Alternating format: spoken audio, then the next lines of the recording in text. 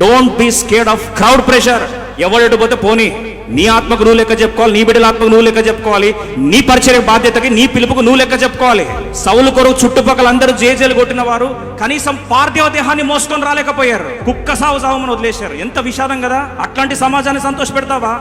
అట్లాంటి వాళ్ళకు నిలబడతావా? కోవిడ్ వస్తే కూడా నిలబడ్డాడని పక్కన ఎన్ని సమాధులు చేస్తాం మాకు తెలుసండి. సమాధుల కొరకు చివరికి బంధువులు బాడీని ముట్టడానికి నిరాకరించారు. అట్లాంటి బంధువులు ప్లీజ్ చేసుకుంటూ బతికినావు జీవితం అంతా. చివరికి ఒక శవమని కనీసం ఆఖరి చూపులు చూడడానికి కూడా కట్టుకున్న భార్యలు కానీ పిల్లలు కానీ రాలేని, నోచుకోలేని నిస్సహాయ స్థితిలో సమాజం ఉంటే ఆ సమాజం కొరకు how dare you compromise God's relationship with you? Saul జరిగిన విషాదం ఏంటంటే క్రౌడ్ ప్రెషర్ లోన్ అయిపోయాడు. ఆ రోజు దేవుడు అన్నాడు, నా హృదయానుసారాన్ని ఇంకొని తెచ్చేసుకున్నా. ఆయన క్రౌడ్కి భయపడాడు. మనుషులు సంతోషపెట్టే నైజం దావీదుకి లేదు. నీ చాప్టర్ క్లోజ్.